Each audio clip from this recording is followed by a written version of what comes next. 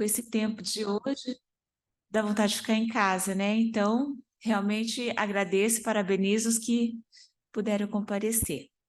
A nossa reunião de hoje é sobre a responsabilidade da Unidade de Endocrinologia do Desenvolvimento e a doutora Elaine vai nos falar sobre a atualização do manejo clínico da transgeneridade. Elaine, a palavra é sua.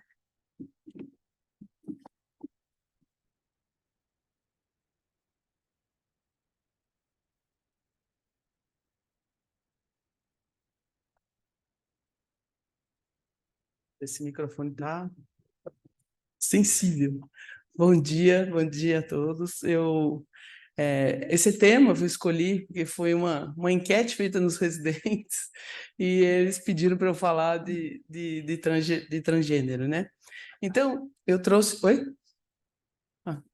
Eu trouxe aqui, né, uma atualização em relação não só ao manejo hormonal, né, mas falar um pouquinho da problemática que está aparecendo hoje, que é em relação e é uma discussão muito grande em relação à destransição. Então, vou falar um pouco também da questão social e de avaliação desses pacientes. Então, primeira coisa, entender esse termo, né, a transgeneridade. Então, transgeneridade é um termo mais atual que está sendo utilizado para abraçar, né, todas as formas identitárias. Então, é o que a gente chama de o termo guarda-chuva, e que embaixo dele estão todas as formas de identidade de gênero, que, confesso, algumas delas eu nem sei o que quer dizer, por exemplo, gender benders, eu não sei o que quer dizer. Então, assim, isso é uma coisa, é uma questão social, né, em que as pessoas se dão o direito de se autodeterminarem em alguma identificação de gênero, e aquelas que não se identificam nos extremos, masculino ou feminino, então se colocam no meio aí, numa linha intermediária entre essas formas identitárias.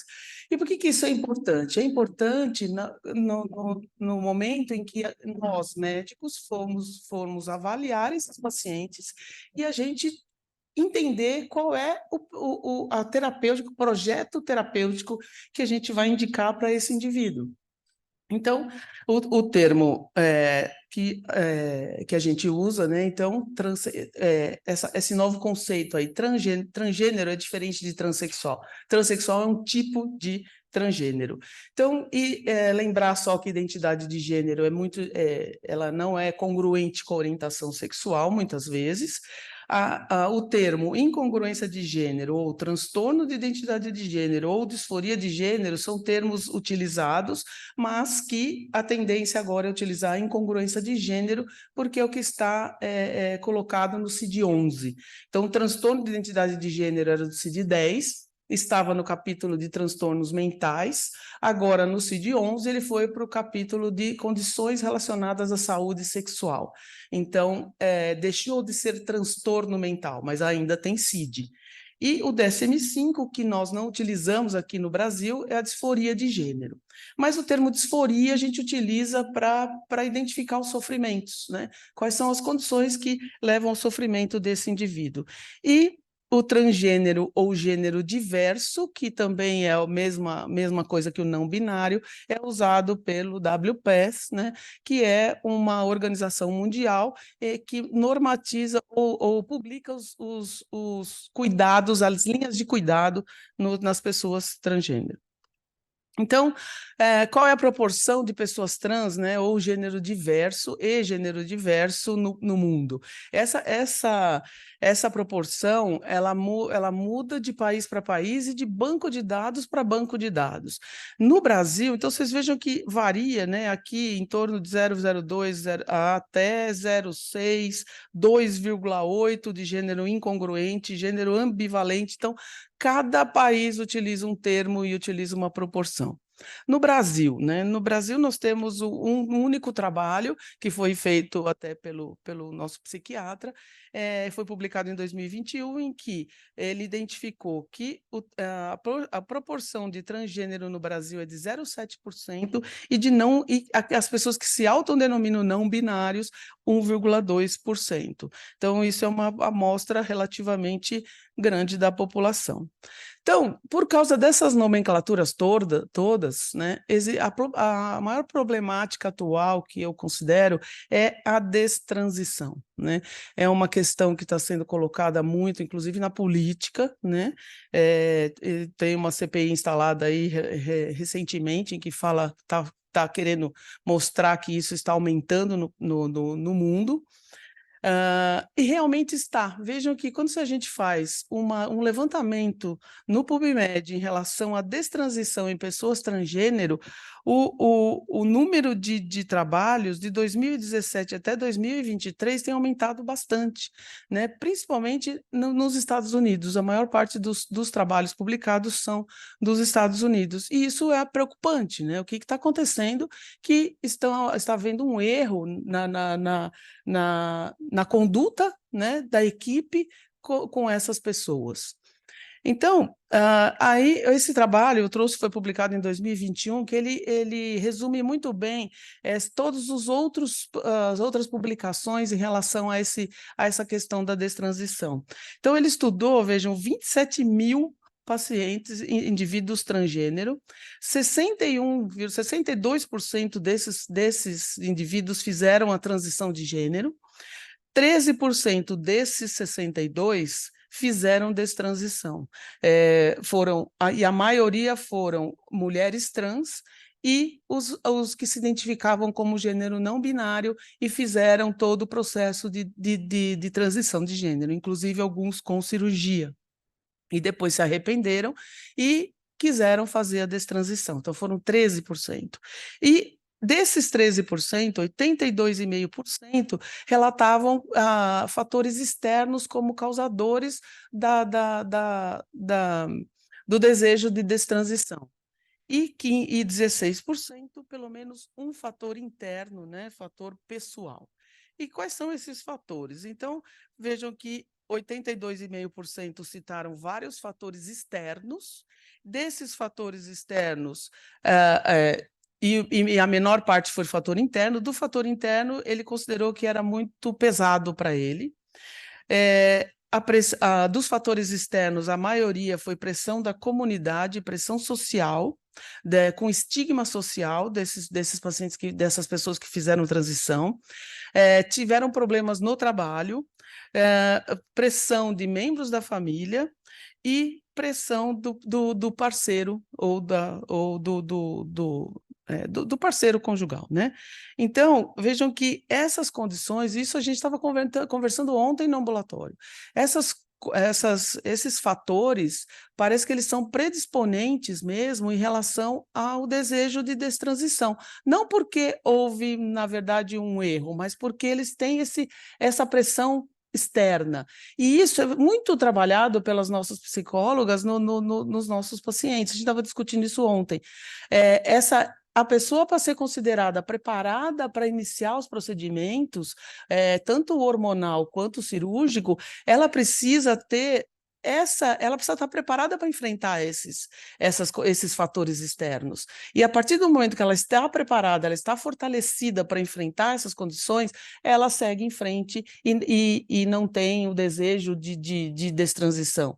O nosso índice aqui é 0, a gente nunca teve nenhum paciente nos 25 anos que a gente trabalha, né, que a gente tem esse programa, nenhum paciente que fez ou desejou a destransição. Tivemos algumas poucas desistências, mas destransição nenhum.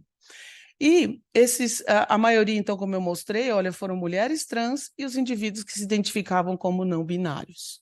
Então, nós precisamos tomar muito cuidado, né, com esses termos não binários. Isso está se tornando cada vez mais frequente nos consultórios, até nos nossos consultórios particulares, né? Então, esses indivíduos têm que ser muito bem avaliados para que não haja arrependimento. E a idade, vejam, são os adultos jovens que mais se solicitaram a destransição. Então, como que a gente tem, né? O que a gente tem que fazer para promover a saúde física e mental dos nossos pacientes, né? Das pessoas que nós cuidamos. Então, a gente se baseia em basicamente três grandes publicações aí, né? Primeiro é o nosso Conselho Federal, em que a gente se baseia nesse projeto terapêutico singular, que nada mais é disso que eu falei, né? Cada indivíduo tem as suas necessidades e cada indivíduo precisa de um projeto terapêutico para ele. E se a gente tomar cuidado com isso, nós não vamos causar nenhuma iatrogenia nesses pacientes. Lembrando só que o tratamento, acompanhamento de crianças e hormonização de indivíduos acima de 16 anos é experimental e só pode ser realizado em serviços referência e cadastrados no Ministério da Saúde. As outras duas grandes publicações, né, são a do Endocrine Society, de 2017, é a última publicação, o guideline que a gente se baseia, e o WPAS de 2022. O posicionamento conjunto foi realizado aqui no Brasil em 2019, se eu não estou enganada, numa união das nossas sociedades. E a gente faz alguns posicionamentos baseados em experiência, mas não é uma diretriz. Tanto que não há diretrizes, né? Não existem trabalhos com nível de evidência tal que seja possível fazer uma diretriz. Então, nós temos até hoje apenas posicionamentos e linhas de cuidado. Então, baseado nesses estudos, né, eu elenquei 7 princípios que eu considero básicos para o endocrinologista atender pessoas transgênero. Primeiro, a gente tem que ser acolhedor e respeitoso. Segundo, ser desprovido de preconceitos. A gente tem que entender essas condições da transgeneridade, do guarda-chuva, né? Não tem que ter preconceito, mas tem que entender para poder ajudar esse paciente. E ser inclusivo, reduzir a estigmatização, né? Principalmente dessas outras formas identitárias. Conhecer e entender a diversidade. Então, é isso, né? A gente precisa conhecer que existe e a gente precisa tentar identificar essas diversidades nos nossos pacientes. Quinta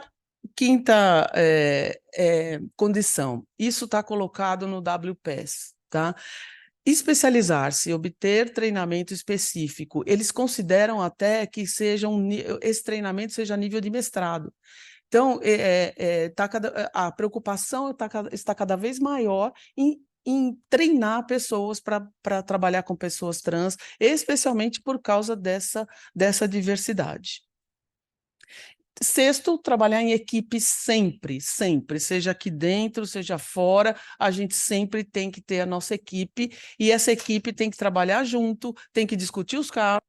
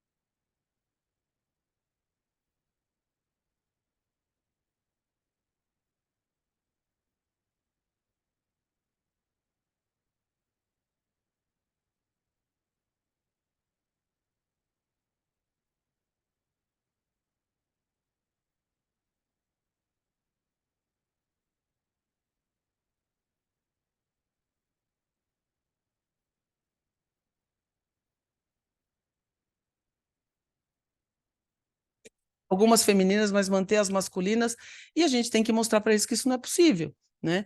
Então, essa é uma questão bastante discutível na literatura.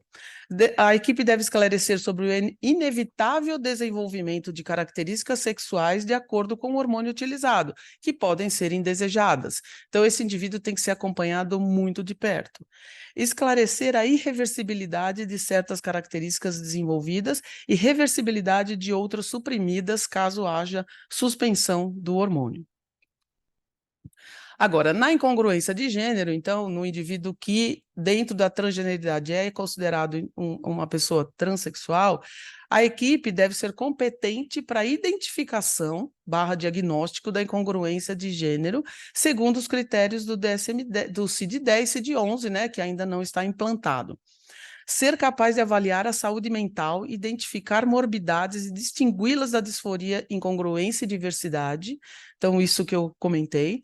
Ser capaz de identificar a coexistência de condições psicológicas, clínicas ou sociais que possam interferir na terapia. Então, vejam, não dá para trabalhar sozinho, né? Ser qualificada para acessar os aspectos clínicos da disforia, incongruência, diversidade, condições clínicas e ou mentais que possam impactar negativamente na terapia hormonal. Indicar o tratamento solicitado pela pessoa trans apenas quando a incongruência for evidente e sustentada. A gente cansa de ver pacientes chegando no consultório falando, se identificando como pessoa trans e que quer fazer reposição hormonal. E eu tenho visto aí que muitos colegas prescrevem sem nenhum critério, né? A equipe deve avaliar a capacidade das pessoas trans de reconhecer e pesar os benefícios e riscos da terapia hormonal antes do seu início. É o que significa estar preparado para iniciar os procedimentos. Então, quais são essas etapas, né? Identificar o diagnóstico. Muita gente não gosta que a gente fale diagnóstico, porque não é patologia. A despatologização é um termo que deve ser analisado com cuidado. O que a gente tem que considerar é que a transexualidade, a transgeneridade, ela saiu do capítulo de transtorno mental, mas ela continua no CID, portanto, é uma doença, é Código Internacional de Doença. Ele precisa de acompanhamento médico, ele precisa de terapêutica, né, com medicamentos. Então, é feito, sim, um diagnóstico. Acolhimento e encaminhamento para terapia hormonal, isso é feito, então, psicólogo e endocrinologista, segmento a longo prazo pelo endocrinologista, acompanhamento psicológico preparatório para as mudanças corporais e procedimentos cirúrgicos e também para a vida social, como eu já comentei, isso é feito pela equipe de saúde mental, encaminhamento aos procedimentos cirúrgicos, isso é feito pela equipe como um todo, e procedimentos cirúrgicos que entra aí a equipe de cirurgiões. Quando, né? Quando que a gente inicia a hormonoterapia? Atualmente, pelo Conselho Federal, acima dos 16 anos, e adultos são elegíveis elegíveis se preencherem os critérios apresentados. A questão dos 16 anos, de ser dentro de um centro de referência ou não, não está muito clara na resolução. Então, tem sido feito fora a reposição hormonal de adolescentes acima de 16 anos, porque isso não está explícito no CFM, que tem que ser em centro de referência. Mas se não for, tem que ser com equipe sempre, e muito cuidado. Quais são os objetivos da terapia hormonal? Né? Induzir o aparecimento de características sexuais compatíveis com gênero de identidade, reduzir os esteroides sexuais endógenos, consequentemente os caracteres sexuais secundários do gênero atribuído ao nascimento, manter os níveis séricos de esteroides sexuais adequados ao gênero de identidade. Como e quanto, né? Quanto que a gente dá? Bom, a terapia hormonal de pessoas trans não difere em nada da terapia hormonal de reposição em pessoas hipogonádicas. O hormônio a ser utilizado é aquele que nós temos disponível. No Brasil está disponível as testosteronas de curta duração e de longa duração, né? E o gel.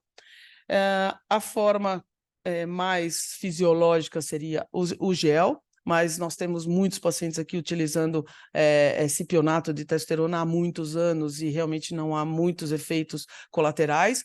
A longo prazo isso ainda é controverso, eu vou mostrar alguns resultados.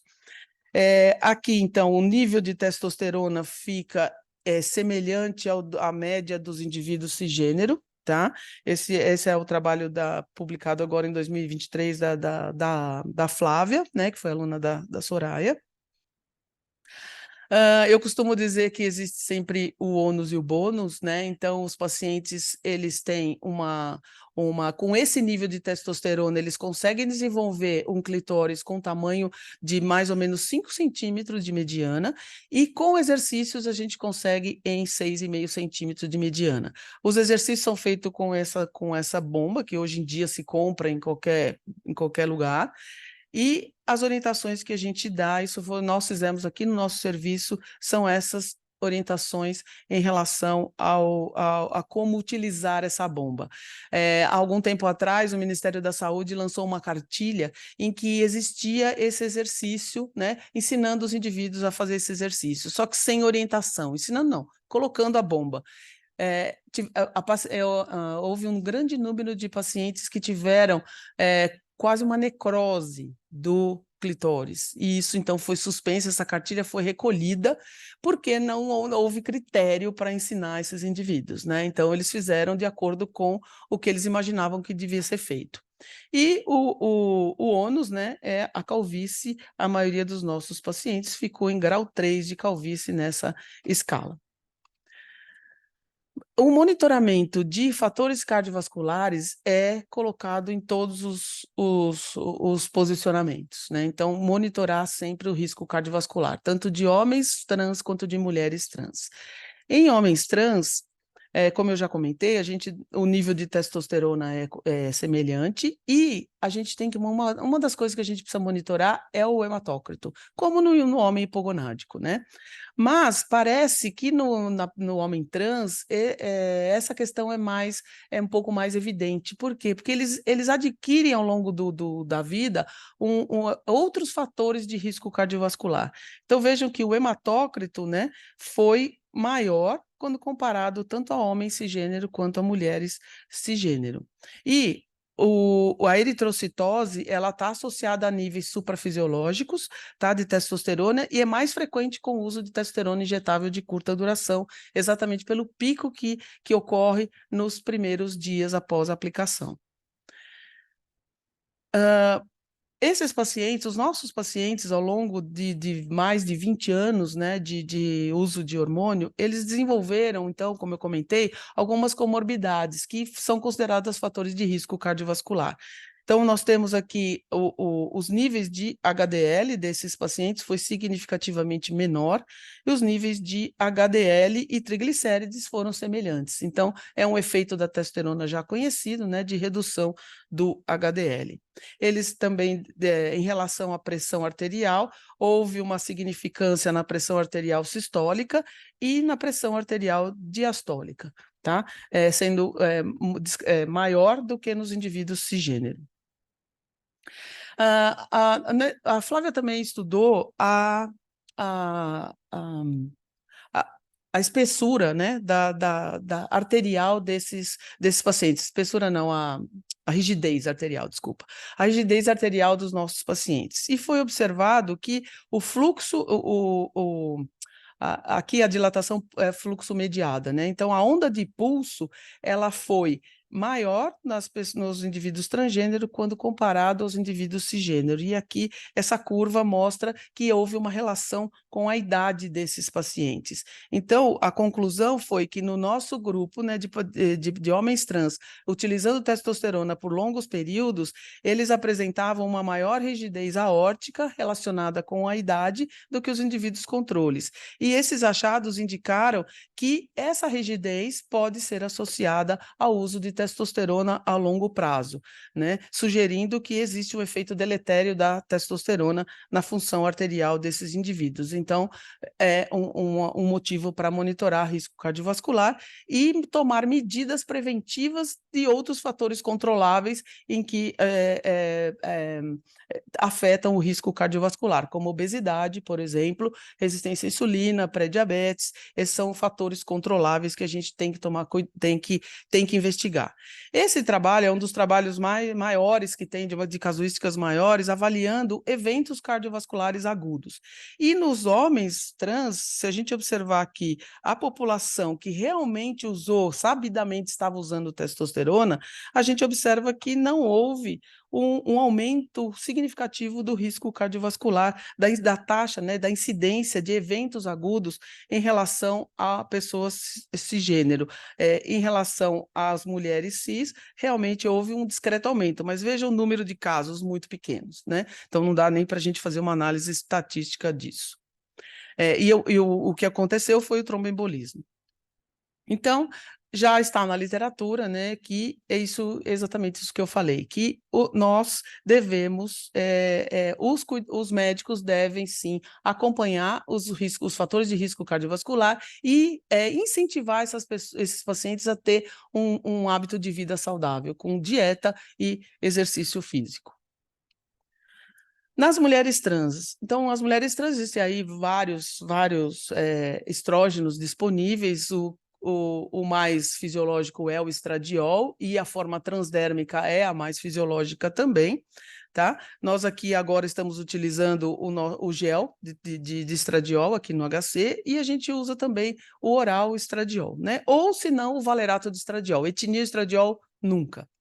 E os antiandrógenos, que eu acho que é a questão que mais está polemizada aqui mais recentemente. Então, a gente usa acetato de ciproterona na dose, essa dose de 100 a gente não usa. A gente usa aqui 50 com uma tendência agora de diminuição para 25.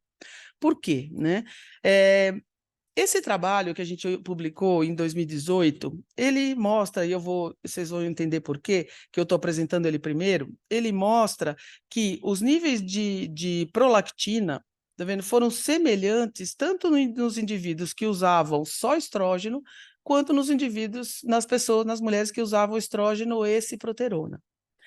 Só que a literatura mais recente tem mostrado... isso aqui ficou fora, espera só um pouquinho. Tem mostrado que isso não, que parece que esse efeito da prolactina, de aumentar a prolactina, ela não é só do estrógeno, parece ser da ciproterona. Bom, eu vou voltar nesse aqui só para a gente encerrar do câncer de mama. Então, outro risco é o câncer de mama, né? Existem 22 casos na literatura, tá? E 59% são adenocarcinomas. A diferença é isso daqui, ó, a idade média do diagnóstico, de 51,5 anos. Então, isso mostra a importância de se fazer o screening precoce dessas pacientes, tá? Só que a taxa estimada é abaixo da esperada para mulheres cis e compatível com a esperada para homens cisgênero. Então, em relação ao acetato de ciproterona, é preciso dar acetato de ciproterona sempre para esses indivíduos? Nós tivemos 2 casos, então, falando da prolactina, nós tivemos 2 casos de prolactinomas, né, nas nossas pacientes, e, de acordo com os casos já descritos na literatura, o perfil é o mesmo, pacientes que utilizaram ao longo de muitos anos doses muito elevadas de estrógeno. Na época, a gente só considerava o estrógeno, inclusive a literatura, tá? Mais recentemente, então, aqui em 2020, começou-se a aventar os efeitos dos antiandrógenos nos níveis de prolactina. E essa revisão sistemática, vejam que o número de trabalhos não é tão grande assim, mas ela concluiu que os níveis de prolactina podem estar aumentados em mulheres transgênero que usam estrógeno e antiandrógeno. Ainda precisa de estudos para a gente ver esse efeito mesmo, tá? Mas parece que, idealmente, existe a necessidade de fazer estudos prospectivos, porque parece que a ciproterona tem um efeito adicional na prolactina em relação ao estrógeno. E uma outra questão que surgiu na literatura também, já em 2017, foi o aparecimento de germinoma. Isso foi de meningioma.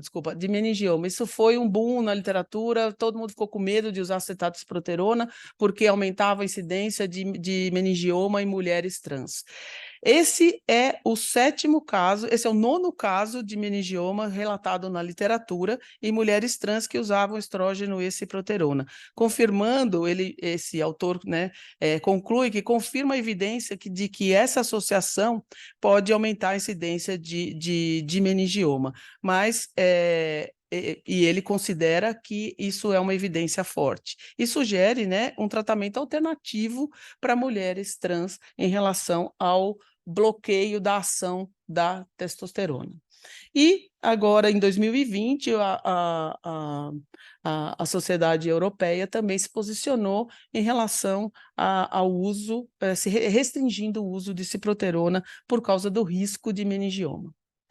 Isso ainda é bastante discutido, mas existe aí uma tendência à redução, né? Visto também que pode afetar nos valores de prolactina. Então, quando que a ciproterona é necessária? Quando a paciente deseja reduzir os pelos corporais e para desaparecer as ereções matinais espontâneas. Isso é evidente. Quando a gente associa a ciproterona, existe benefícios nessas duas condições.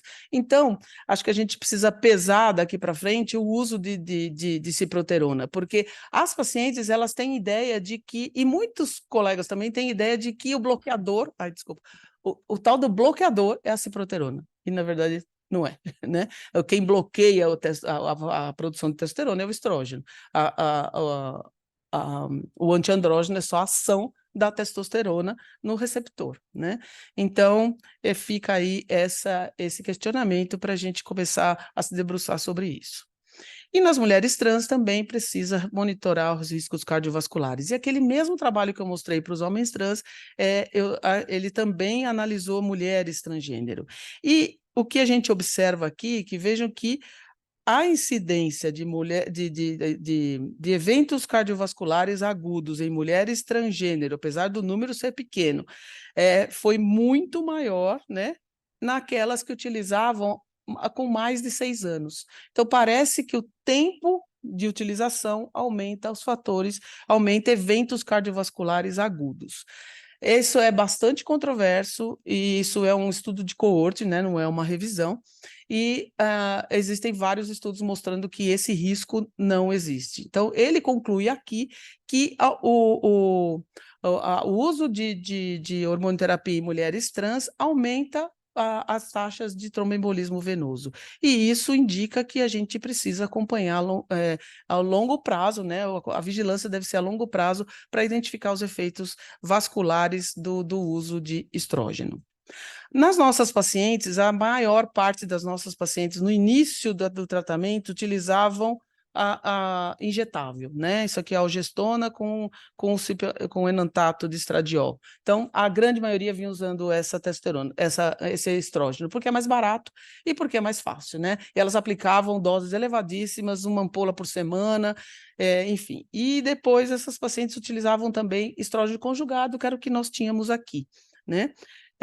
E o tempo médio de tratamento foi de 30 anos. Então, a gente avaliou alguns fatores de risco cardiovascular nessas pacientes. E o que a gente observou, diferença estatística do início para a medida atual, foi na pressão arterial diastólica e na glicemia, em que houve um aumento significativo nessas pacientes ao longo dos anos. Mas os outros fatores de risco não foram alterados ao longo desses anos. Uma outra questão que a gente sempre precisa é discutir a fertilidade e as opções de fertilidade que esses pacientes têm. Isso precisa ser discutido na primeira consulta, né? Porque eles podem questionar. Se você não falou, eles podem te questionar em relação à coleta do material antes do início do uso dos hormônios.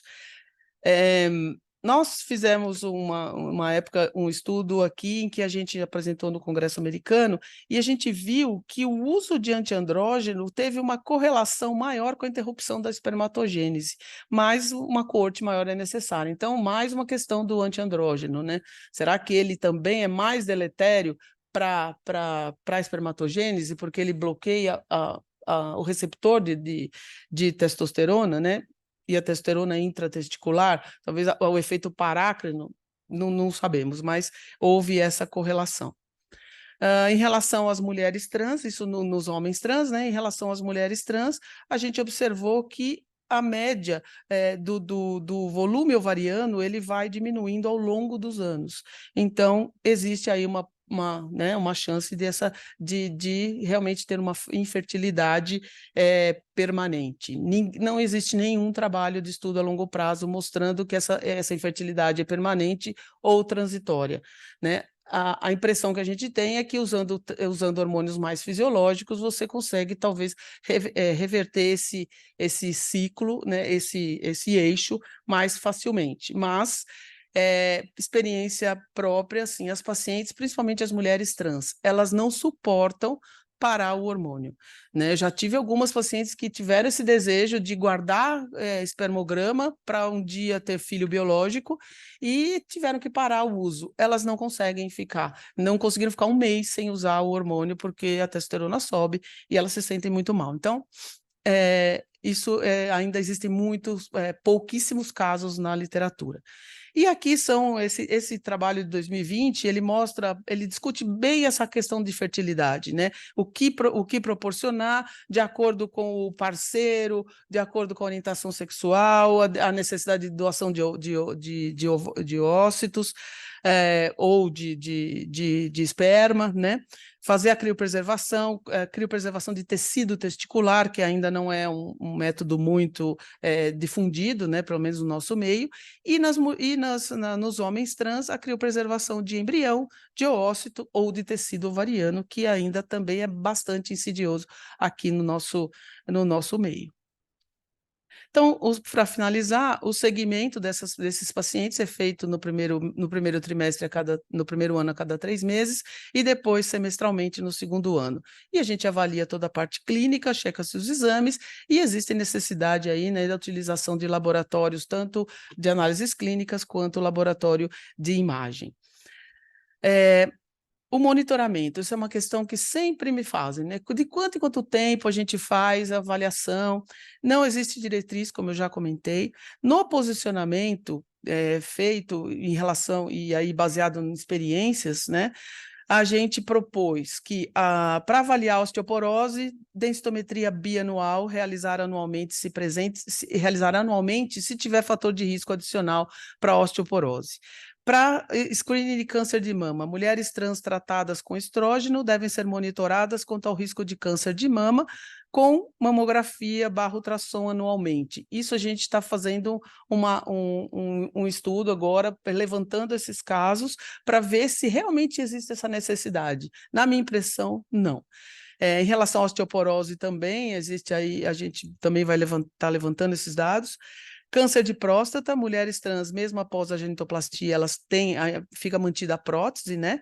E deve ser elaborado um plano de monitorização individualizado, avaliação urológica e dosagem de PSA anuais após os 50 anos de idade. Bem discutível também. Nos homens trans, mesma coisa, densitometria óssea bianual, anual se tiver fator de risco. Ultrassom pélvico, colpocitologia oncótica bianual até a realização da esterectomia, apenas nos pacientes que apresentam comportamento de risco, ou seja, relações sexuais com penetração, compartilhamento de acessórios, etc. E mamografia e ultrassom de mamas anualmente até a realização da mastectomia. Após mastectomia, praticamente não existe risco. Então, o que é fundamental, né, para o sucesso no atendimento de pessoas trans? Na minha concepção e de todo mundo, é ter essa equipe, e essa equipe tem que ser coesa e tem que trabalhar junto. Obrigada pela atenção e estou disponível a perguntas.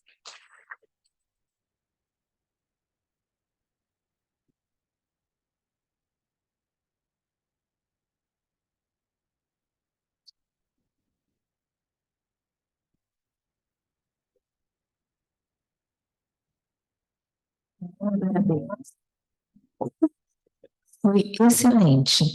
Nós temos aqui uma pergunta enquanto a plateia se aquece. Na realidade, o Clay Rocha te parabenizou pela aula e gostaria de saber qual a sua conduta no consultório para os pacientes em início de transição com relação à gestação.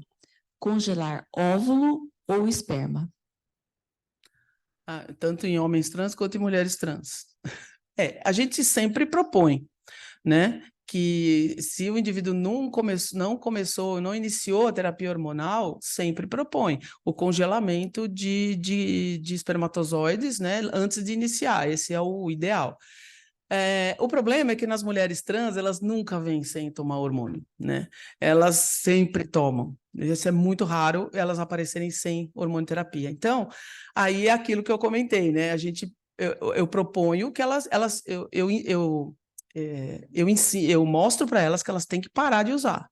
E tem que parar de usar, esperar a testosterona subir, depois de pelo menos 3 meses, coletar o primeiro espermograma. Então, elas vão ficar aí sem hormônio de 4 a 6 meses, mais ou menos uns 6 meses, e elas não suportam isso. Elas desistem no meio do caminho, né? Em relação a óvulo, o ideal é se fazer realmente a captação, né, do óvulo antes de iniciar. E acontece a mesma coisa. Quando eles vêm com essa demanda, você explica o que tem que ser feito, tem que tem que parar de usar hormônio, tem que induzir a ovulação, coletar esse hormônio, você vai ter que tomar hormônio feminino e tal. Eles desistem, né? Porque é muito complicado e é complicado eles ficarem sem hormônio. Perfeito. Na plateia, o Ivo tem uma questão e lá em cima também tem outra pessoa.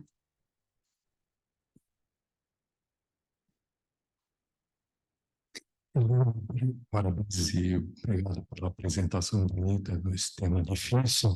Você poderia comentar sobre as vantagens e desvantagens de supressão do eixo com análogo de GNRH, tanto nos indivíduos que estão entrando em puberdade até os 16 anos, ou até poderem participar de uma decisão, como indivíduos adultos que estão na fase de dúvida?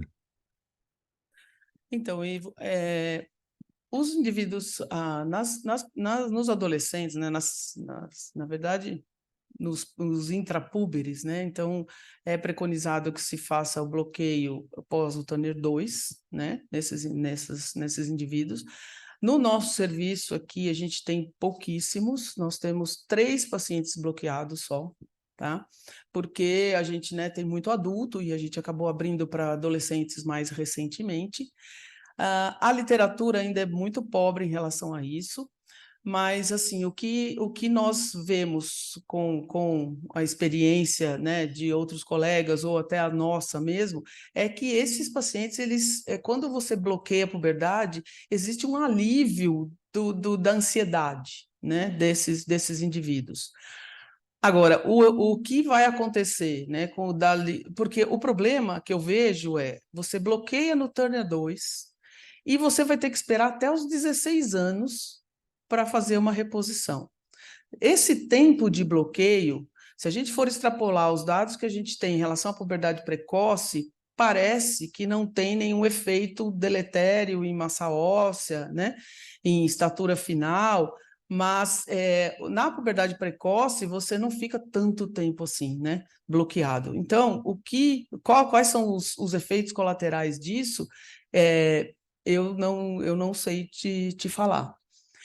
Em relação e nós não temos isso na literatura ainda, né? Existem alguns trabalhos holandeses que mostram benefícios, mas os números de pacientes em que eles analisam massa óssea, a estatura final, são muito pequenos. Então, não dá para a gente chegar a conclusão nenhuma, né? Em relação aos adultos, nós nunca precisamos de indivíduos que bloquear o eixo. Esses indivíduos, eles só começam a fazer eles já começam a fazer a reposição ou qualquer intervenção quando a gente já tem certeza do diagnóstico, né? E vem pela equipe de saúde mental. Então, nós nunca utilizamos bloqueador nos indivíduos adultos. Temos uma pergunta lá em cima.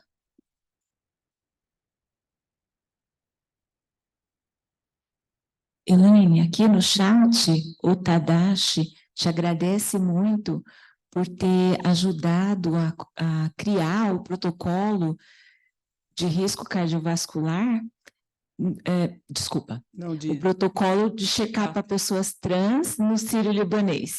Então, ele agradece. Obrigada, Tadashi. Foi um prazer. E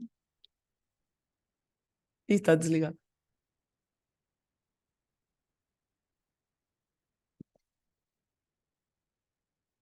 A aula foi ótima. Eu gostaria que você comentasse sobre ganho de peso quando se inicia a terapia hormonal. Então, a gente observou, né, nos nossos pacientes homens trans, em que eles realmente ganham peso, né? Agora, os nossos pacientes não foram, eles não foram normatizados para atividade física e nem dieta.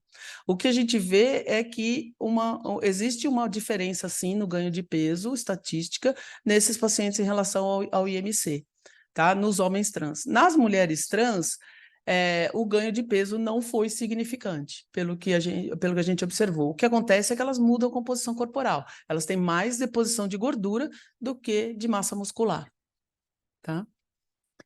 Muito bem, temos aqui mais uma questão do Tadashi, e ele pergunta como deve se guiar para as pessoas trans quanto ao cálculo de risco cardiovascular, Framingham, pelo sexo biológico? Pois é, Tadashi, tudo isso é controverso, né, em relação a tudo que se avalia em pessoas trans. Na minha opinião, tem que ser avaliado pelo gênero de identidade, porque é o que elas utilizam de hormônio e é onde você quer avaliar, né? É o objetivo que se quer chegar. Mesma coisa da densitometria. Vamos avaliar pelo masculino ou feminino?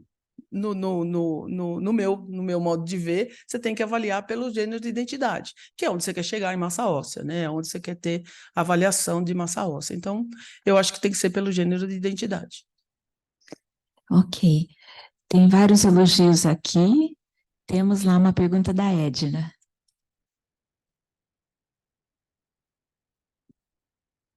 Elaine, obrigada, parabéns, foi maravilhosa a apresentação. Eu vou pegar um pouquinho carona no que o Ivo perguntou, para esses adolescentes, né? Essa questão de fazer o bloqueio da puberdade. Existem critérios, né, para a gente fazer esse bloqueio, né? Ou existem questionários, como que é feito essa decisão disso, olha, esse paciente realmente é um paciente trans, né, e que a gente precisa bloquear, né?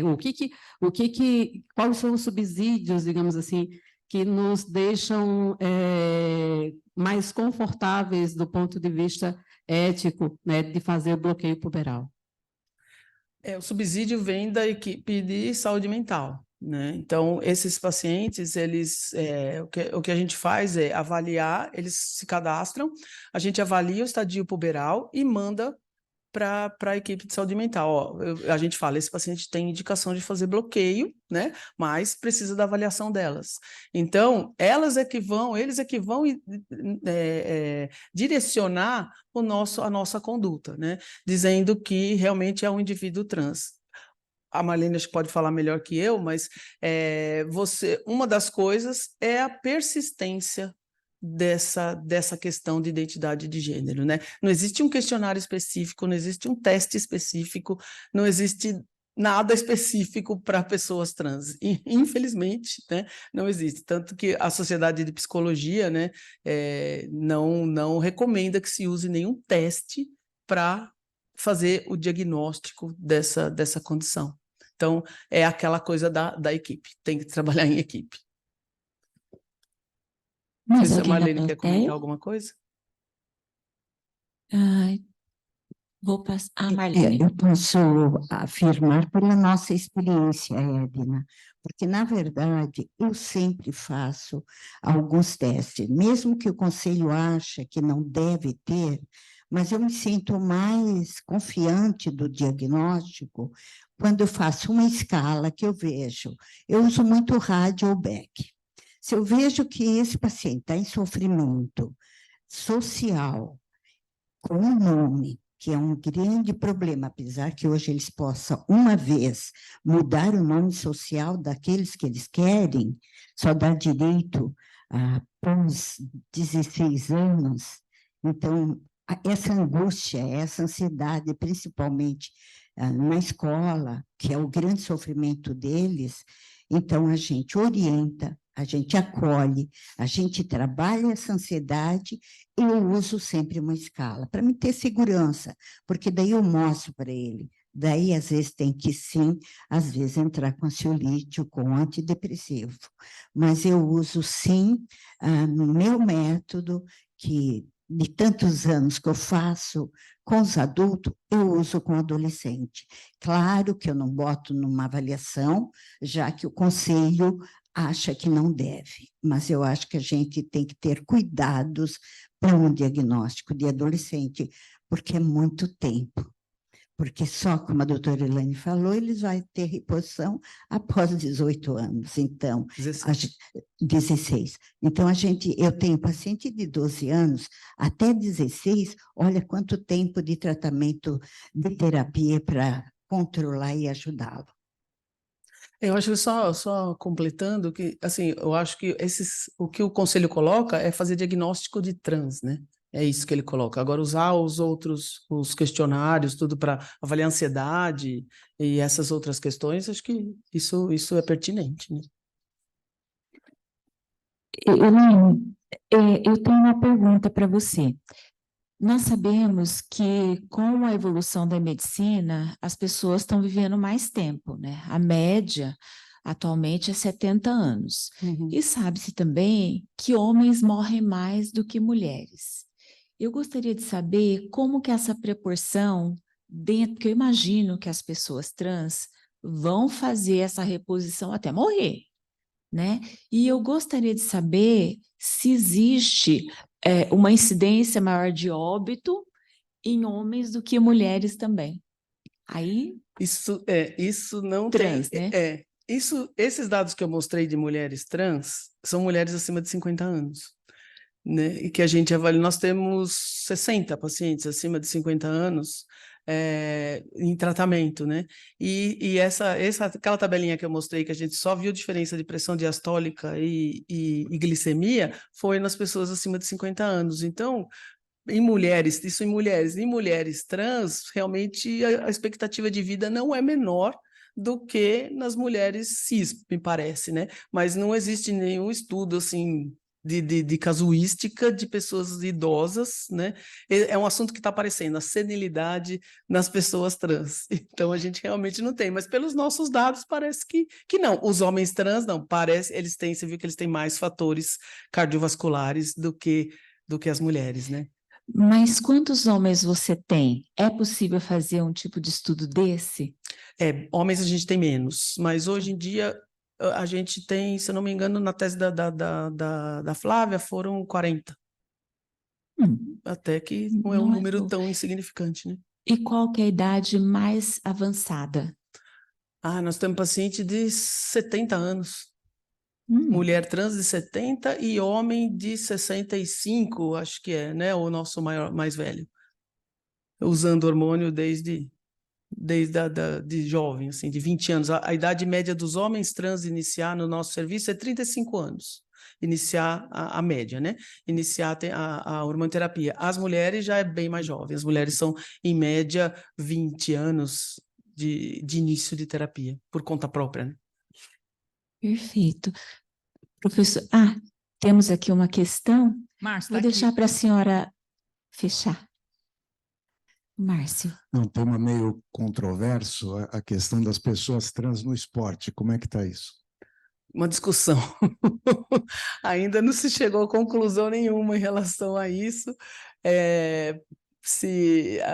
O que a gente viu, né, no trabalho do Leonardo é que a composição corporal, a capacidade cardiopulmonar, a massa óssea dessas pessoas trans, ele estudou mulheres trans, o padrão é intermediário, de todos esses componentes. Intermediário entre homens cis e mulheres cis. É maior do que de mulheres cis e menor do que de homens cis, na nossa casuística. Não foram atletas, né? Foram as nossas pacientes.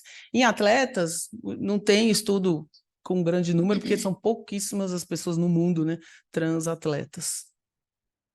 Mas ainda em discussão. Vou passar a palavra para a professora Berenice. Elaine, parabéns, excelente a sua apresentação, acho que extremamente útil, né? Principalmente para as plateia mais jovem, que realmente esse assunto da transgeneridade é um assunto crescente, a gente vê isso pelos congressos, né? Todo congresso atualmente é dedicado, uma grande parte diria quase 30%, né, dos temas dizem respeito a essa situação. Por quê? Porque existe uma demanda, né, muito grande, né, nos últimos tempos, e essa discussão o fato da gente não ter um marcador biológico para esse diagnóstico é uma coisa bastante complexa, né, que realmente atrapalha muito, e você tem que ter, como você mostrou, um cuidado muito grande de não causar um problema maior do que o paciente tem. Primeira coisa que eu queria que você comentasse, Elaine, é a questão do termo. Né? Por exemplo, quando se tirou a transexualidade, na verdade, os pacientes continuam se apresentando como mulheres trans e homens trans. Se você vai usar incongruência, que eu acho horrível, né? Também. Você vai chamar mulher incongru, entendeu? Quer dizer, o que vai virar esse negócio? Então, eu acho que essas coisas, né, de semântica que a gente está sofrendo, né, atualmente você não pode falar nada. Outro dia me falaram que você não pode usar esclarecer, porque isso é racista, que é claro, você não pode... Entendeu? O negócio está ficando doente, né? Eu acho que todo mundo, a gente precisa pensar. Então, eu acho que primeiro esses termos que a gente vive há tantos anos, né? Por exemplo, quando eu comecei a fazer isso com a Dorina, você chamava de disforia de gênero, depois disforia foi abominado, aí virou trans, depois ficou abominado, agora incongruência. Então, só para as pessoas mais jovens saberem que realmente esses termos são volúveis, né? E dependendo da pessoa que está organizando, mas assim, me incomoda muito isso de você tirar o termo do diagnóstico e, ao mesmo tempo, o paciente continuar se identificando, eu sou uma mulher trans, eu sou um homem trans, muito confortavelmente, né? Tanto para o médico como para o paciente. Depois eu queria que você comentasse. A outra coisa que eu queria saber de você, se, como você mostrou, a destransição, existem fatores de risco para transição? Por quê? Eu diria que todos aqueles fatores que você colocou existem na época da transição, e no que não impediu as pessoas de tomarem esse caminho, né? E, no entanto, o que faz essa transição? Porque o que a gente está vendo, pelo menos na minha prática, que não é muito grande, eu praticamente não atendo mais trans, todos eu mando para você, Elaine, você sabe, você vê que existem fatores externos, um que eu tenho observado, são meninas obesas.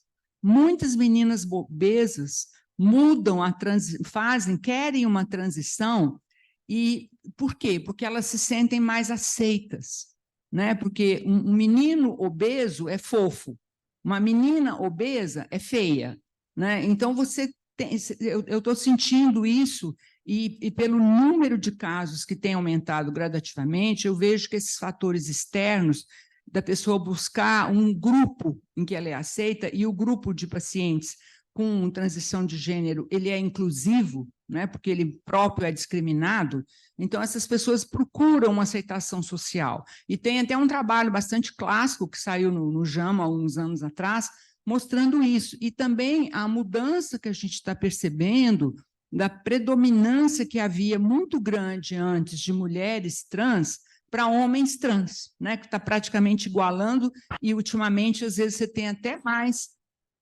homens trans do que mulheres trans. Queria que você comentasse um pouco esses aspectos. Tá? E também, quando você falou da indicação de terapêutica, você não falou da supressão de gonadotrofina, em que idade que isso está considerado? De sempre Tanner 2 e não tem uma idade cronológica para você iniciar. Obrigada.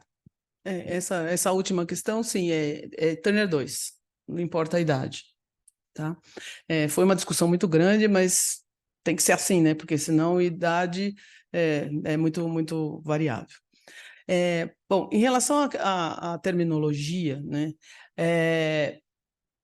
O CID-10 é transexualismo, né? Então, o que houve foi um movimento social. Esses outros termos são sociais, né? Todo aquele termo guarda-chuva da transgeneridade são termos que apareceram de pessoas trans que procuraram essa identificação fora, em outros países, né? E isso é social. Dentro do nosso meio, o transexualismo do CID-10 foi considerado que esse termo, ismo, remete a uma doença. Primeiro começou daí, né? E ele estava no capítulo de transtornos mentais. No CID-11, por causa desse movimento, saiu desse capítulo e entrou no capítulo de condições associadas à saúde sexual. Então, ele deixou de ser um transtorno mental, mas continua, né, como uma condição relacionada à saúde. E o termo incongruência, isso foi decidido lá no CID-11, né, que eu também não gosto desse termo, não, mas isso também facilitou, só um comentário engraçado, né, facilitou a nomenclatura do nosso ambulatório, porque as pacientes reclamaram que o ambulatório era trans, ou não queriam, reclamaram na diretoria executiva. Aí nós trocamos para INC, e aí não identifica nada. Então, isso, na verdade, ajudou o nosso ambulatório, mas, assim, é uma questão realmente social, né? E acho que pessoas trans, homem trans e mulher trans, é isso mesmo, como você falou, eles se autodenominam tranquilamente em relação a isso, né? Ninguém vai usar o termo incongruência de gênero para se autodenominar. Em relação aos fatores de transição, né? Um determinante de transição, até foi a discussão ontem nossa no ambulatório, né, que a gente estava conversando, a equipe de saúde mental é que, né, determina, as psicólogas é que determinam para a gente, né, qual é o fator, mas, de um modo geral, é o contrário, né, é o indivíduo que, na verdade, no DSM-5, a disforia de gênero, né, esqueci desse termo, disforia de gênero é do DSM-5, e está lá até hoje. É que no Brasil a gente usa mais o CID-10 do que o DSM, então, e o termo disforia é utilizado para sofrimento, né? Nem todo paciente tem sofrimento, ele pode ter uma incongruência, né? Pode ter ele se sentir mal com as características, mas não ter. Ter um grau de sofrimento, com certeza é um grau de sofrimento, só que existem graus e graus de sofrimento, mas é uma disforia, né? Tanto que a gente pergunta qual é a disforia daquele indivíduo para você traçar o plano terapêutico dele, né?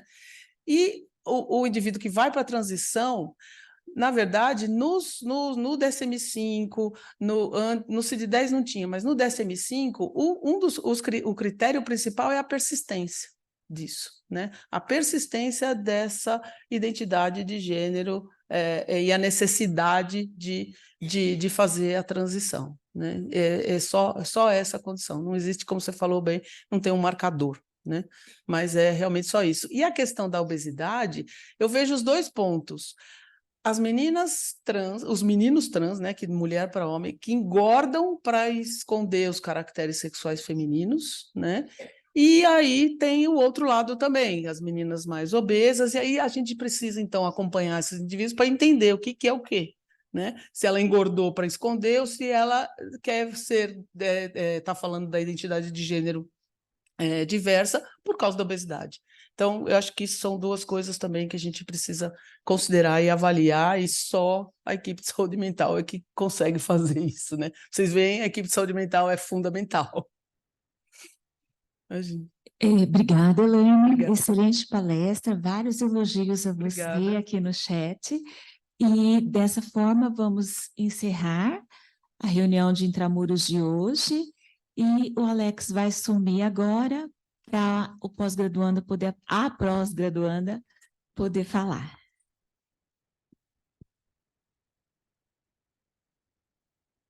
Vai lá.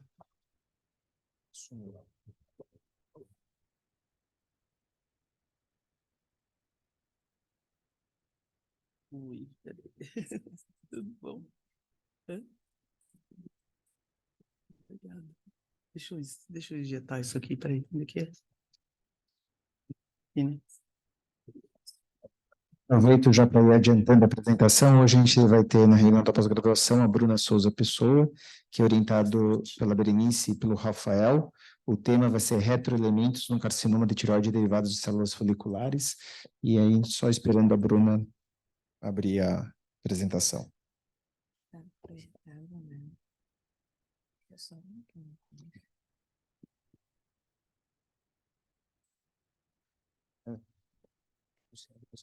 Você uma coisa. Não deixa eu sair sem falar. É um caso que me passaram durante o congresso que você e a Berenice vão achar interessante. Mas Sabe do que é uma paciente do mundo. Você não acompanha, né? Não, Cais é porque clássico, sabe quando não corticoma ficou negativo. na configuração de apresentação. Aí eu falei, ó, vocês tiveram Pra não situações ficar que aconteceram duplicado. isso, que não estavam na região Mas é porque eu codificadora, acho que senão aí vocês tem veem uma as plagas. fica meio Aí eu vou passar o contato para vocês. É só para você saber que quando ela me escrever, eu vou apresentar para vocês. Não, porque não queremos. Eu sei, isso é por isso que eu falei. Se você abrir, botar a planilha, tá? E vai.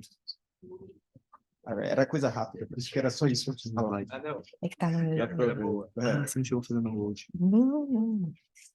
Tá, é porque eu vou ter que abrir meu e-mail aqui na frente de todo mundo. Ninguém vai ver se você não. Não, eu sei, mas.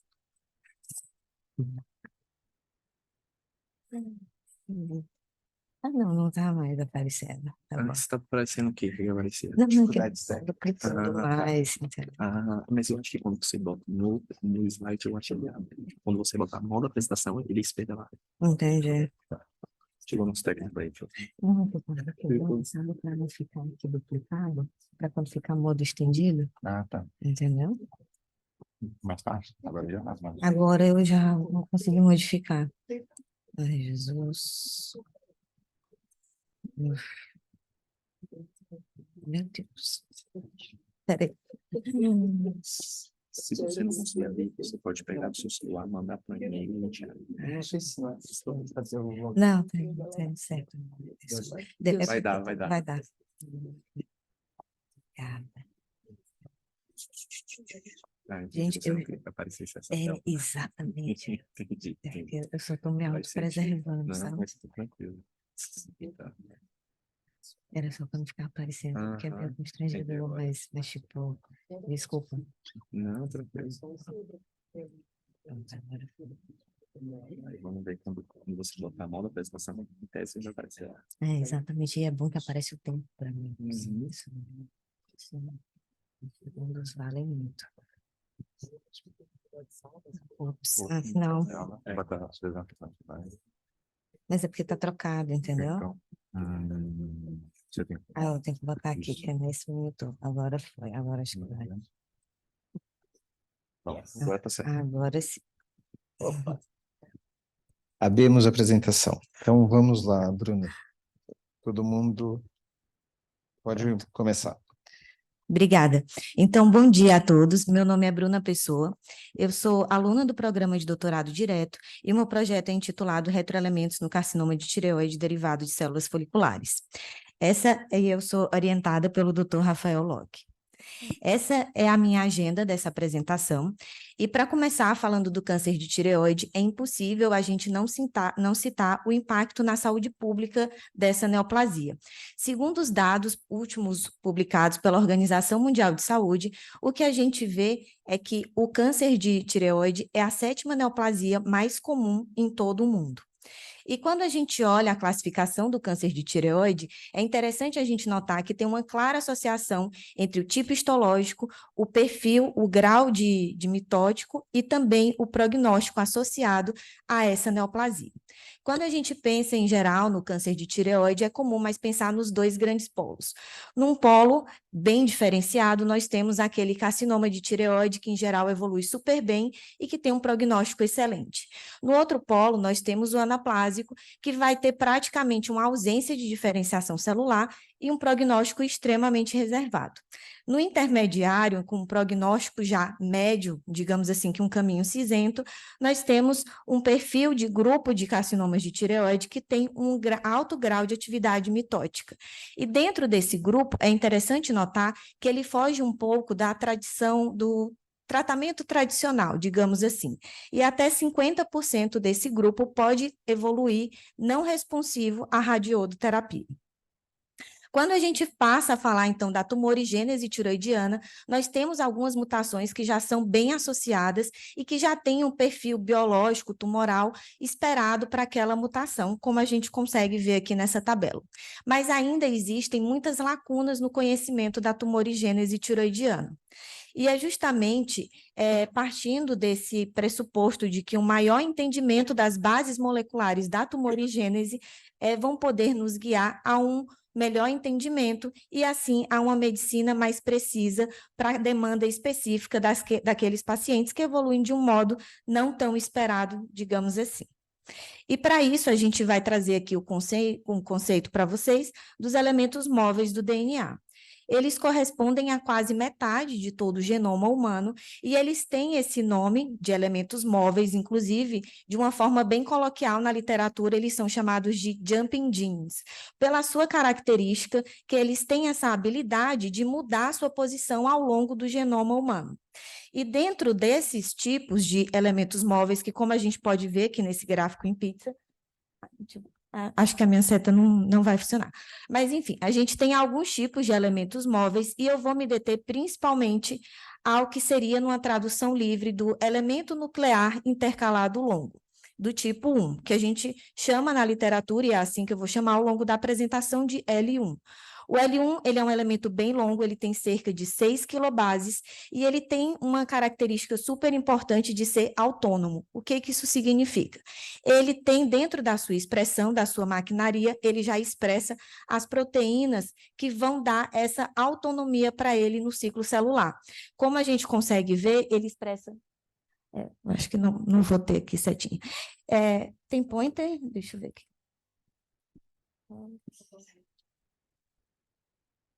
Não, acho que... Deixa eu ver aqui. Foi. Obrigada, perfeito. Então, a gente consegue ver que ele expressa tanto a proteína ORF1, quanto a proteína ORF2. Elas têm tanto uma ação de endonuclease como também de transcriptase reversa.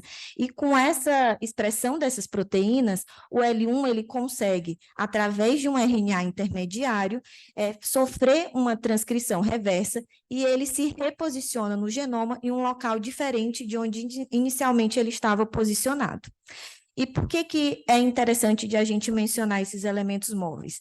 Bem, eles já têm sido associados a oncogênese de vários tumores, como a gente consegue ver aqui nessa publicação, que inclusive essa publicação ela é bem recente, agora de setembro de 2023, e ele faz um compilado de tumores que já são tumores humanos, neoplasias em humanos, que são associados a uma maior expressão desses elementos móveis. Como a gente consegue ver aqui, tem um aumento da expressão da proteína ORF1 em tecidos tumorais em vários tipos de neoplasias. Nós temos aqui descritas várias neoplasias do trato gastrointestinal, de cabeça e pescoço, mama, ovário, útero e também de próstata. E ainda continua o gap em relação ao câncer de tireoide. E essa proteína ORF1, ela também é vista com maior expressão não só no tumor no tecido tumoral, como também no plasma. Nessa mesma publicação, agora de setembro de 2023, eles conseguiram dosar essa proteína no plasma de pacientes com vários tipos de neoplasias, e eles comparando com pacientes saudáveis, que no caso o saudável é não ter neoplasia, chegaram à especificidade da detecção de 98% para neoplasias. E, bem, passando então para os meus objetivos, o meu objetivo primário vai ser avaliar o impacto transcripcional das sequências L1 no carcinoma de tireoide derivado de células foliculares. Como objetivo secundário, eu vou correlacionar essa expressão dos transcritos de L1 no carcinoma de tireoide derivado de células foliculares, bem como nos seus subtipos. E também nós nos propomos a avaliar os transcritos quiméricos derivados de L1 e também a sua relação com outros retroelementos. Passando, então, para a metodologia, nós estamos usando 2 grandes pilares para o nosso estudo. Então, a primeira parte do nosso estudo vai se basear em testar a hipótese em dados prévios. Nesse teste de hipótese em dados prévios, nós vamos usar bancos de dados públicos, e o que a gente está usando como referência inicialmente é o Atlas do Genoma do Câncer, que é do NIH. Quando a gente seleciona especificamente os dados disponíveis de amostras de carcinoma de tireoide e que tem o RNA sequenciado, nós temos só de tumor primário de tireoide 937 amostras e 519 amostras de tecido tiroidiano normal. Uma segunda parte dessa revisão de literatura em que a gente está se baseando, nós estamos usando essas 2 publicações, essa primeira agora de 2023, do JCEI, em que ele olha tanto tumores anaplásicos de tireoide, como também tumores papilíferos, e separa esses grupos de acordo com seu perfil molecular, e na segunda publicação a gente usa carcinoma papilífero de tireoide, e ele é separado em grupos de acordo com as mutações apresentadas. Então, ele usa separa os tireócitos de acordo com a sua mutação, RAS, BRAF tipo A ou BRAF tipo B. E através dessa separação de grupos, ele consegue, até nessa segunda publicação, pressupor qual seria o comportamento clínico esperado. Por exemplo, uma menor idade ao diagnóstico, ou maior chance de metástase linfonodal, ou até mesmo uma refratariedade à radioterapia. De acordo com esses grupos que a gente já viu, essas propostas de separar em grupos de acordo com algumas características diferentes, então a gente vai testar em cima deles a expressão também dos elementos móveis. E uma vez, então, que a gente tenha testado em bancos de dados públicos e que também tenha definido os nossos grupos de interesse para aplicar a nossa hipótese em amostras de biobanco, nós vamos, então, usar tecido tiroidiano tumoral e o não tumoral adjacente. Em cima dessas amostras, nós vamos fazer extração e amplificação de RNA, sequenciamento de RNA e, por fim, nós vamos passar para a parte de processamento de dados e análise. Nessa questão de processamento de dados e análises, nós contamos com uma parceria com um grupo de bioinformática específica de elementos móveis do DNA do Sírio-Libanês, que é liderada pelo professor Pedro Galante. Eu chamo a atenção aqui de vocês que quando a gente usa ferramentas de bioinformática para essa finalidade específica, cada elemento móvel vai demandar uma ferramenta diferente, destinada especificamente para aquele estudo. Bem, esse é o meu cronograma. Eu agradeço profundamente a toda a endocrinologia do ICESP, agradeço muito a doutora Berenice e o doutor Rafael pela inspiração, pela confiança, a todos os colegas também do Instituto do Câncer e a nossa parceria do Sírio-Libanês. E agradeço a atenção de todos vocês que estão assistindo essa apresentação. Meu muito obrigada. Parabéns, Bruna. Além de ter sido dentro do tempo, até daria até para falar, respirar um pouquinho, até o último slide aproveitar bem. Eu lembro dessa apresentação na pós-graduação, que foi há pouco tempo também, e como a apresentação no slide ficou mais fácil entender e compreender o que vocês estão fazendo. Eu fiquei muito interessado com, antes que alguém faça uma pergunta, eu vou dar o direito de fazer a primeira, da dosagem do ORF1 perifericamente, porque isso é um resultado interessante que seria até relativamente fácil de incluir, não sei como que são os ensaios para isso, e saber se tem uma relação com prognóstico, recidiva, metástase, não só para diagnóstico. Eu posso voltar no gráfico? Pode, por favor. Obrigada. Bem, esse estudo, na verdade, ele é muito interessante e, por enquanto, a gente ainda não tem em relação a prognóstico, mas o que eles publicam, doutor, que é super interessante, é não só de que ele é extremamente reprodutível, ele fica pronto em apenas 2 horas, ele coloca como um bom custo-benefício, tem uma relação de $3 por amostra também, o que é extremamente impressionante, e a especificidade chama muito a atenção, de 98%. Inclusive, assim, aí eu vou me dar o direito aqui, que eu estou com tempo livre, de fazer uma certa crítica a esse gráfico, porque quando a gente olha aqui o público saudável, a gente tem 5 outliers. Esses 5 outliers que a gente tem, na verdade, todos foram depois diagnosticados com neoplasia, no intervalo de 6 até 19 meses. Então, fica realmente uma proposta de que poderia ser um marcador tumoral extremamente precoce, até num estado pré-clínico. Mas, assim, essas são as primeiras publicações relacionadas a isso. Então, por hora, fica como um racional, né, como uma possibilidade, mas ainda não tem esse segmento, por exemplo, como uma resposta ao tratamento. Tem até o head neck 50, não sei se E, inclusive, tem um que está circulado aqui de vermelho, porque ele... Não é tireoide. Não. É o de cabeça e pescoço, não tem tireoide. A coluna da tireoide vai ser nossa, professor. Berenice. Oi, doutora. Eu não entendi esse gráfico, porque os réus ali, exceto um paciente que está muito alto lá, que está escrito embaixo que ele tinha câncer, tem está igual, todos estão iguais. Não, doutora, é que... Quer dizer, não tem... É a porcentagem de indivíduos com valores elevados. Você vê o cruzamento absurdo. Uma sobreposição, mas... Com o réus. Não, mas é essa a minha crítica, doutora Adelaide. Eu achei que a proporção não está boa nesse gráfico, porque ele só tem 5 outliers e são 406 avaliados. Como todos os outros, os 401, não foram detectados, ele colocou só como uma linha preta na base. Mas fica parecendo que os 5 outliers são tão importantes quanto os 401 da base. Assim, a proporção realmente eu achei que não ficou boa, desvalorizou o resultado. Mas exemplo, eu pensei a mesma coisa quando eu vi. Por exemplo, no colo retal, que são 101 indivíduos, mais de metade, quer dizer, deve ter sido uns 60, tiveram valores detectáveis. Quantos no grupo de 406 indivíduos, só 5 tiveram valores detectáveis, de indivíduos saudáveis, e ele já tinha indicado que depois descobriu que tinha câncer. Então, a questão talvez não é, para alguns tipos de câncer, não é altamente sensível, mas ele tem um valor preditivo pós-teste. Isso. E ela chama a atenção principalmente para o de colo retal e ovariano, que realmente foi mais, né, robusto o resultado, sem dúvida, mas esse grupo do saudável, apesar de não parecer aqui nessa coluna, que é de 406, enfim, é um número bem grande, a autora, digamos assim, até brincou um pouco com esse grupo saudável, e eu vou falar rapidamente, mas ela, por exemplo, olhou dentro desse grupo, por exemplo, tem alguns estudos que falam em aumento da expressão dos elementos móveis em doenças autoimunes. Então, ela conseguiu um N dentro desses 406, porque o saudável, no caso, é não ter câncer. Pegou os pacientes com lúpus e testou qual seria a expressão de ORF1 no plasma deles. Todos negativos. E dentro dos saudáveis também, ela separou todos os que tinham doença hepática crônica, para ver se, enfim, poderia vir um falso positivo.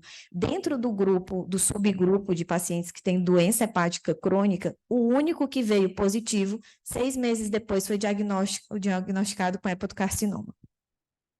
Antes da Berenice, só uma observação, é que esse é pré-print, né? Submissão para reviews. Então, ainda é algo que vai ter que passar por uma curadoria. Ele está ainda só disponível online. Bruna, parabéns a você e o Rafael. Acho que esse assunto é um assunto que o Rafael trouxe, que é instigante, né? E eu tenho o mesmo comentário que o Alex fez.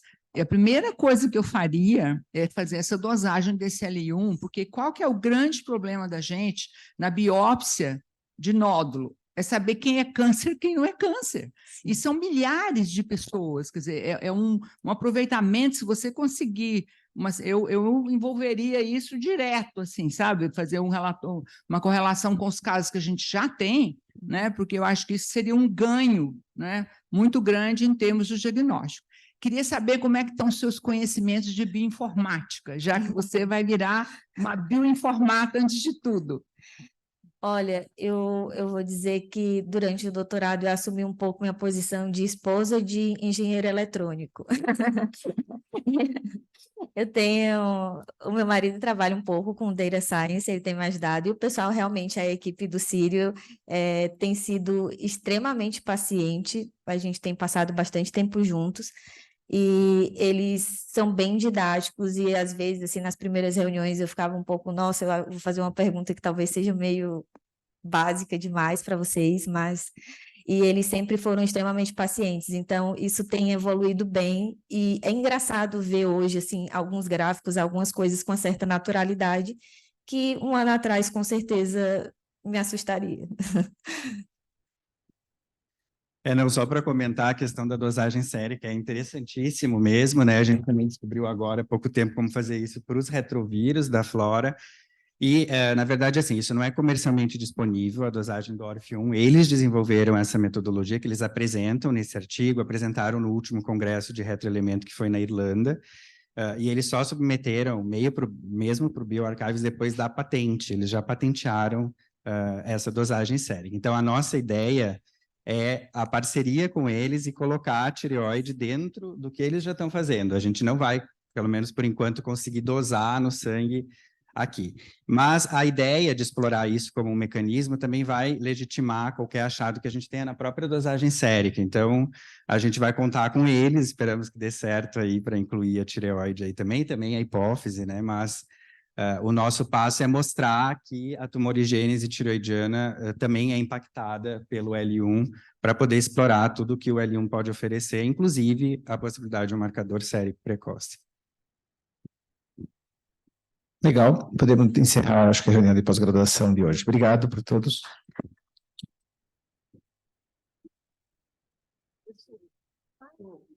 Parabéns. Obrigada. Eu falei bem, você tá muito...